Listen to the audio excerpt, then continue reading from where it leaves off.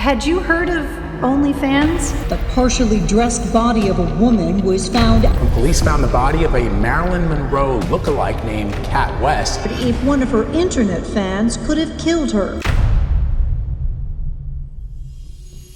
A lot of young girls look up to big models, whether they be on Instagram or on the runway. They may look at them as someone who has it all, both beauty and fame. But the life of a model is not always as luxurious as it seems. The lives of some models end quite tragically. The following stories tell the tale of 3 models who were either killed or got killed for their beauty. We have one beautiful mother that turned up half naked and dead in her front yard in an extremely controversial case. We also have one Instagram model who suddenly turned into a killer for no apparent reason. And finally, we have a beautiful young model who chose to end her life in the most tragic of ways, for reasons that are still not quite known. Stay tuned.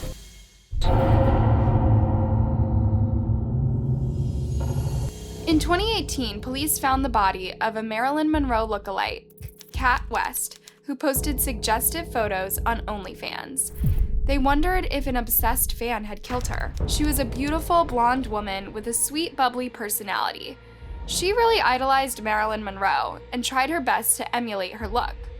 Kat was also known for being somewhat of a party girl.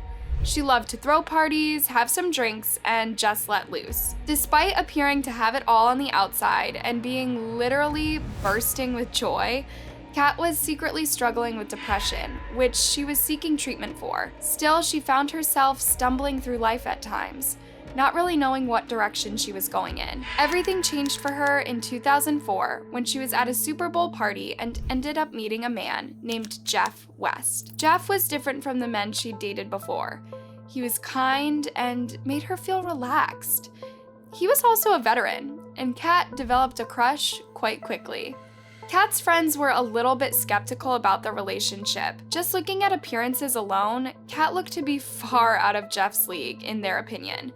But it wasn't just that. Their personalities were a lot different too. Kat was very outgoing, while Jeff was more quiet and reserved. He didn't seem to have a lot of passion or energy.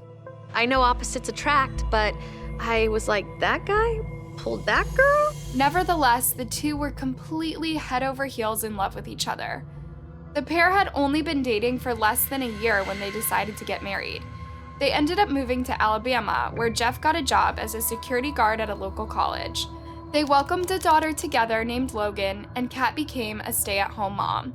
On social media, they seemed to be very happy, and they had a standard suburban life. Of course, social media only shows one side of the story. What friends and family of Kat's back home could have never known was that she had started a secret side hustle online. She had an exclusive website where people would have to pay a fee in order to see explicit pictures of her. Sometimes she would be dressed up in costumes or lingerie, and sometimes she would be straight up naked. Kat was able to get a good amount of paying subscribers and started making really good money. But for her, it wasn't just about the money. She enjoyed running her website.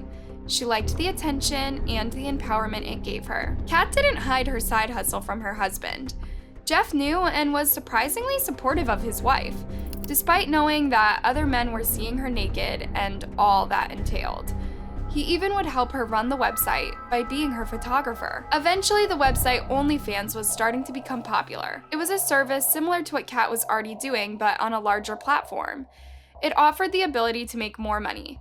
She could also take requests from her subscribers, so she ended up hopping on the bandwagon. For $15.99 a month, those that subscribed to Kat's OnlyFans would have access to exclusive photos and videos.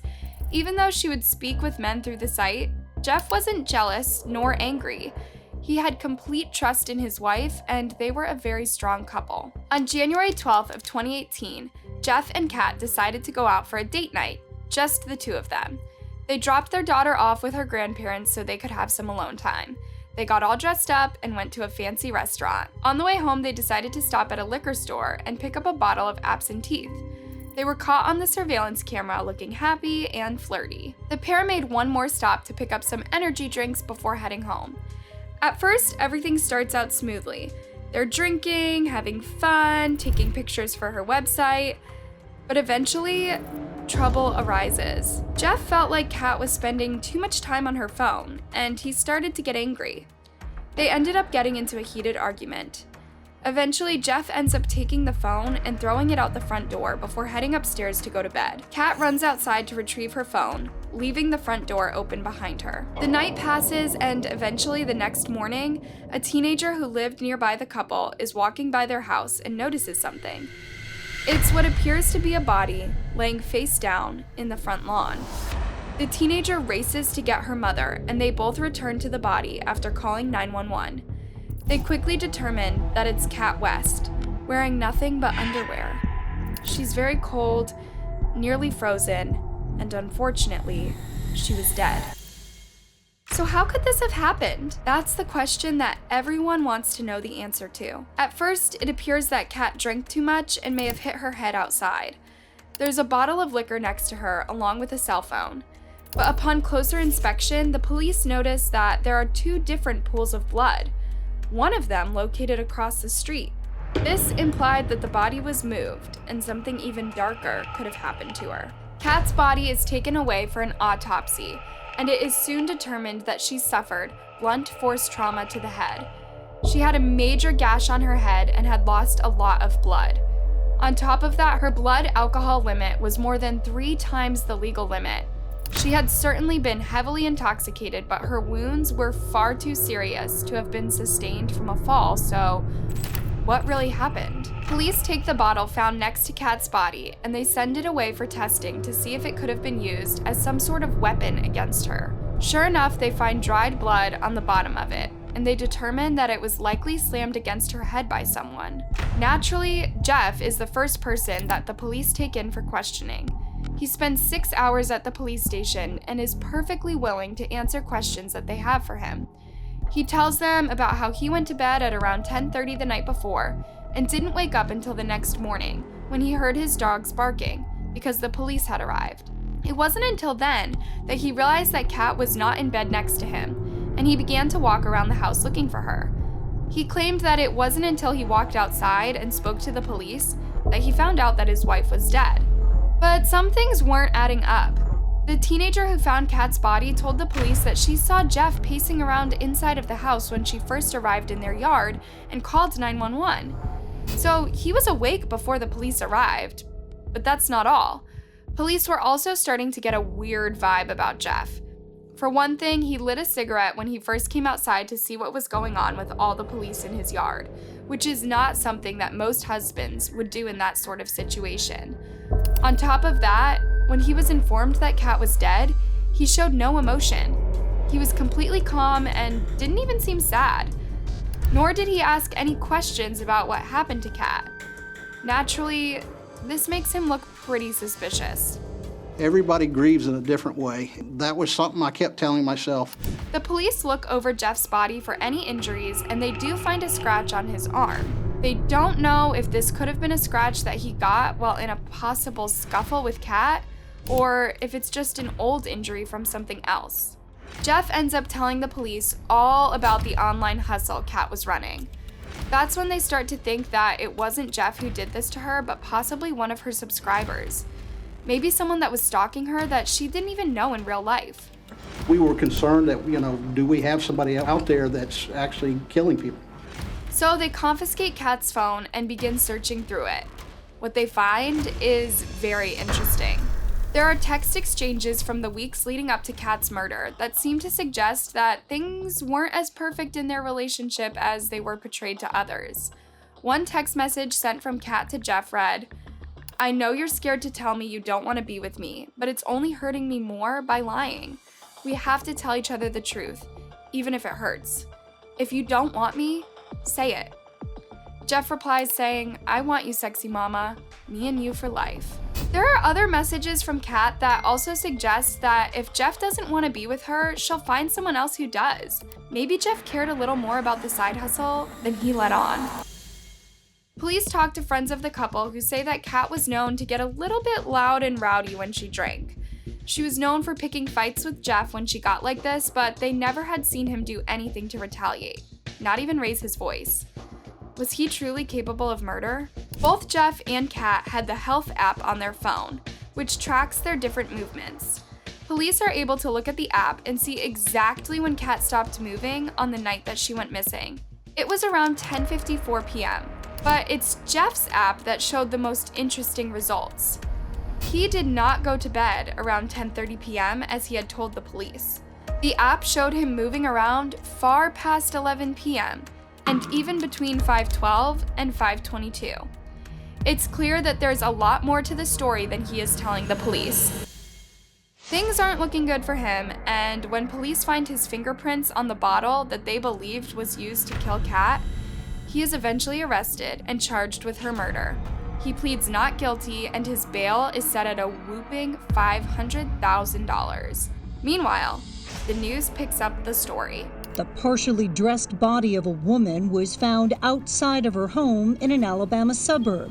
She'd suffered a head injury, and the scene appeared to be staged. A bottle of absinthe was propped up on her cell phone. Again and again, Jeff promises police that he loved his wife and wouldn't do anything to hurt her. He maintains his story that he threw the cell phone outside, and Kat must have hurt herself somehow when she went to retrieve it. The prosecution came to the conclusion that what probably happened was that Jeff followed Kat out into the yard and hit her over the head with the glass liquor bottle when she had her back to him and bent down to pick up her cell phone.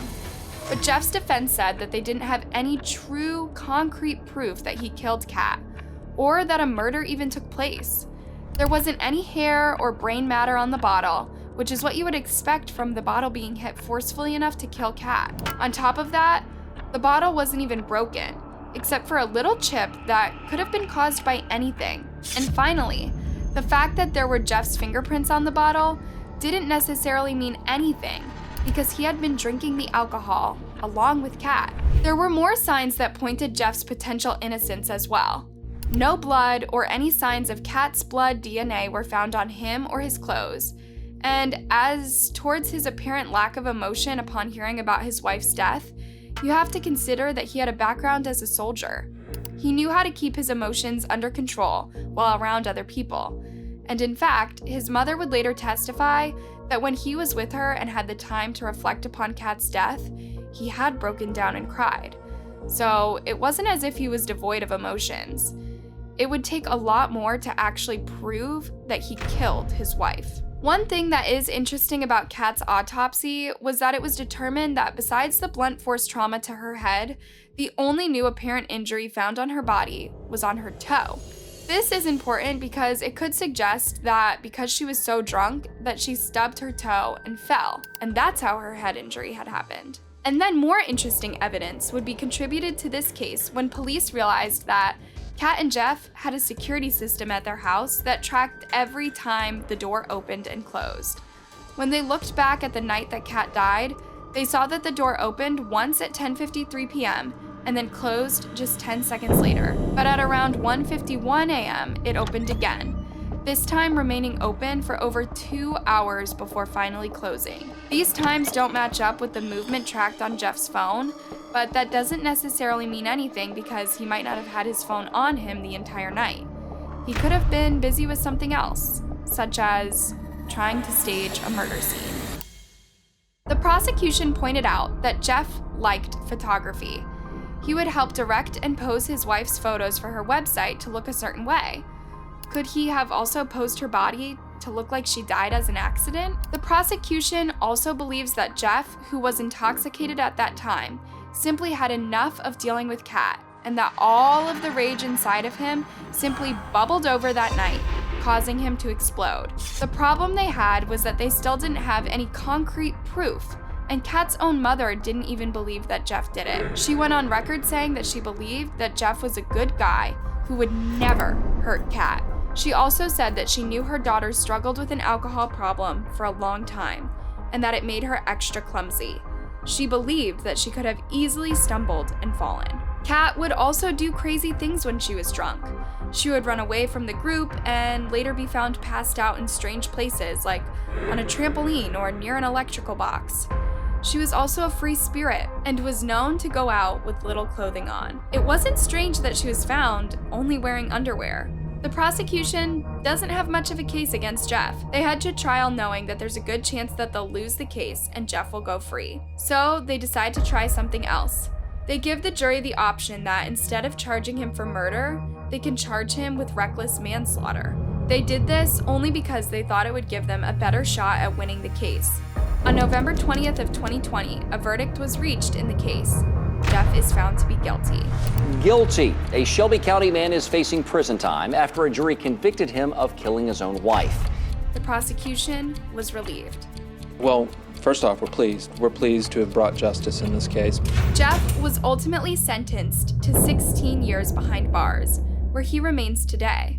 He filed an appeal, but it was rejected by the court. His family continues to stand by him. He knows I'm behind him 100%. It's my son. He doesn't believe that it's possible that his son killed Kat. He loved her. When you love somebody like that, no, you can't hurt him. He's never hurt her, never has. Jeff's father feels that it was just an alcohol-induced stumble that ended Kat's life. I think she fell. Really, I think she fell. They say her body was half on the road and half in the grass. I think she fell. This is a controversial case because while there are a lot of people who believe Jeff killed Kat, there are also a lot of people who think he had nothing to do with it. Kat really could have hit her head on the curb, leaving one pool of blood, only to get up and continue walking and fall again. This would explain why there were two pools of blood. What do you think? Do you think Jeff is innocent?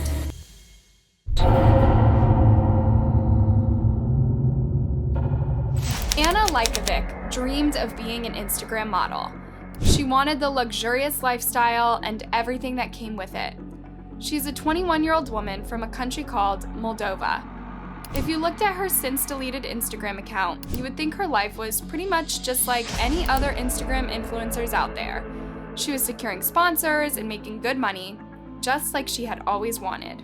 She was born to a loving mother named Praxkiova and had a pretty typical childhood, aside from having no father figure in her life. She had hopes and dreams for her future and had hoped to work in the medical field one day. Becoming an Instagram model wasn't something she had dreamed of as a kid. It just kind of happened when she made an account and started uploading pictures, and her desire to get famous grew as her following grew. She posted pictures not only of herself, but of her travels. She traveled all around Europe and even visited the Eiffel Tower. Before long, she had around 10,000 followers on Instagram, an amount that any beginner should be proud of. People followed her because they looked up to her and her kind of lifestyle. She was well on her way to becoming very successful and creating a career for herself. But behind the smiling photos, she had a very dark problem. Anna struggled with depression, and as a way to cope, she would misuse drugs. Only her mother knew about her secret, and safe to say, she was terrified for her daughter. Before Praskiova knew for sure what was going on, she was suspicious of her daughter. Anna was acting strange and lashing out. They had been so close for years, but something had changed. She ended up sitting down and confronting her daughter about what was going on and talked to her about receiving treatment. It's safe to say that Anna did not take it very well, and what she did next will shock you. Anna went into a blind rage, and the two of them got into a huge argument. Somewhere in the middle of it, Anna went into the kitchen and grabbed a large knife. She ran towards her mother with it, shocking her. Fueled by drugs and anger, Anna stabbed her own mother repeatedly, leaving her to die in a pool of blood. You would hope that someone in this situation would die quickly and as painlessly as possible. Unfortunately, that would not be the case for Praxkiova, who slowly and painfully began to bleed out on the floor just after being betrayed by her daughter. On top of this, Anna wasn't done with her yet. She eventually returned to where her mother was laying and cut her intestines, even pulling her mother's heart straight out of her chest. After killing her mother, Anna left her body where it was and took a shower without a care in the world. And then, after that, she spent the day with her boyfriend as if nothing had happened. It's not clear what exactly caused police to come to the house later in the day, but when they did, they would discover the shocking scene of Praskiova's lifeless body with all the evidence removed. Because Anna was the only suspect, she was arrested. This story shocked the entire world. It was impossible to believe someone could do this to their own mother. On Anna's first day of court, she did not show the least bit of remorse. She didn't even act like she cared. Instead, she laid down on a bench. She simply played with her nails with her head bowed. She didn't even make direct eye contact with anyone in the room. As you can imagine, this was a pretty bad look for her. According to reports, in an interview with Anna, she was asked if she'd really killed her mother. Instead of just answering the question, she let out an evil laugh before saying goodbye and leaving the courthouse.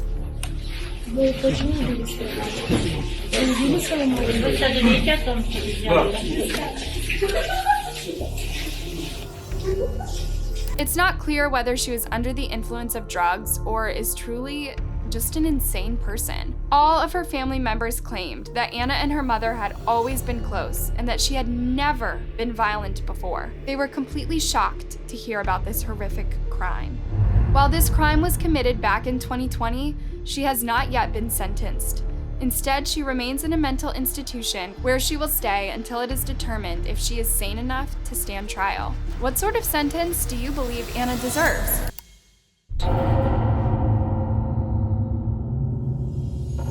Death of 20-year-old supermodel Ruslana sent shockwaves through New York. People are grieving, laying flowers, and lighting candles at the place where she used to live. June 28, 2008 was just like any other hot day in New York City. But at 2:30 p.m. in the afternoon, something incredibly tragic would happen. A construction worker who was working on an outdoor project when something just so happened to catch his eye. He looked up onto the top of the building that was next to the one he was working on and saw a beautiful blonde-haired figure. This person was Ruslana Korshinova, and what she did next was absolutely shocking. In one quick movement, Ruslana jumped off the top of the building. She dropped 91 stories to her gruesome death. What could have made such a beautiful young woman with so much to live for come to this awful decision? We have to take a look back at her life to understand. Ruslana was born into a wealthy family and had everything she could dream of growing up. She had good friends and high hopes to attend college one day. But all of that changed in 2005 when she was discovered by a scout from a modeling agency. She was only 17 years old at the time, and this would change her life forever. Despite her mother's wishes, Ruslana would move to London where she would start her career. Her beautiful looks helped her to go far. She was most known for her incredibly long blonde hair that went all the way to her knees. It earned her the nickname Russian Rapunzel. Despite her success, Ruslana was just a teenager, with nobody looking after her. Her mother wasn't there to help her wash her hair as she had always done before, or help her in making decisions. She was constantly being pushed into different directions, just a child in a huge, glamorous industry. Despite her beauty and success, she quickly became very unhappy and would write poems about how lonely she felt. Because of her beauty, Ruslana was often sought after by men. Very wealthy men would pay large amounts of money to take her out to dinner, and sometimes this would be her only opportunity to eat. By the time Ruslana was 18 years old, she had already become the face of Nina Ricci's perfume. In the commercial for it, she wore a beautiful pink dress and wore her long hair in beautiful curls while sitting under a magical twisted tree. At one point, she was even flown out to the island of the now deceased sex offender Jeffrey Epstein. It is not known what happened to her there. Eventually, Ruslana fell in love with a young man named Alexander. She was still a little bit immature in how she thought, and she really believed that she and Alexander would be together forever and eventually start a family, fulfilling her dream. But this was not to be. The pair dated for a brief while before Alexander eventually dumped her, leaving her heartbroken. Ruslana continued to post sad and emotional poems on her social networking sites, and some of them seemed to be inspired by her heartbreak. In one poem she wrote, "It feels as if someone pulled out my heart and trod all over it." She continues to try to get into contact with Alexander, hoping that she can fix their relationship, but eventually, one of his friends reaches out to her and tells her to leave Alexander alone. Ruslana is not only heartbroken, but she's also not getting as many modeling gigs as she once was, so she became quite depressed. Eventually, she became involved with a very controversial Russian organization that is called Rose of the World, something that is now considered by many as a cult. While this organization claims to help train others for personal development, it is believed that it contributed to Ruslana eventually taking her own life. Ruslana went to a training course for this organization that she had to pay a lot of money for, and would eventually become a coach with them. During this period, she lost an incredible amount of weight and became even more depressed, despite the fact that she was going into something that she hoped would point her life in a more positive direction. Ruslana was a tragically lonely person who desperately missed her mother and home life, despite her trying to put on a happy, confident exterior. It was that loneliness, in combination with other factors in her life, that ultimately caused her to take that fatal jump from the building while in New York, just days before her 21st birthday. On the day of her death, Ruslana left a note in her New York City hotel room that said, "Forgive me." This note was later discovered by one of her model friends. It was Ruslana's own mother who would eventually be left to identify her. The girl's body had been so badly damaged during the jump that all they had to offer her mother was a bag containing her sneakers. Her mother confirmed that indeed they were Ruslana's. When the girls' organization, Rose of the World, heard of the model's death, they seemed pretty much emotionless. They claimed that Ruslana was already very unhappy before becoming involved with them and that she would frequently roam the streets and cry at night. Still, this was terrible PR for them that earned a lot of criticism. While this cult/organization still exists in Russia, it is now conducted under a different name. The true motivation behind Ruslana's suicide and the details involved with her death remain unknown to this day. This tragic event has helped spread awareness and start conversations about the dangers of cults across the country. In fact, American rapper Rick Ross has been especially vocal about Ruslana's story. He is the head of the Cult Education Forum and claims that many cults use drugs to get their participants to act in a certain way and behave how others want. He believes that drugs played into this young woman's tragic death, and that if this cult was stopped years ago, she may still be alive. Ruslana's body was laid to rest in Moscow, Russia, where her mother believed she would have wanted to be buried as it was so beloved to her. May her young but bright life be remembered forever, not for how she died, but how she lived. Do you think that Ruslana took her own life because she was sad and depressed? Or did the cult have a bigger impact in her decision than they may be letting on? Let us know in the comments.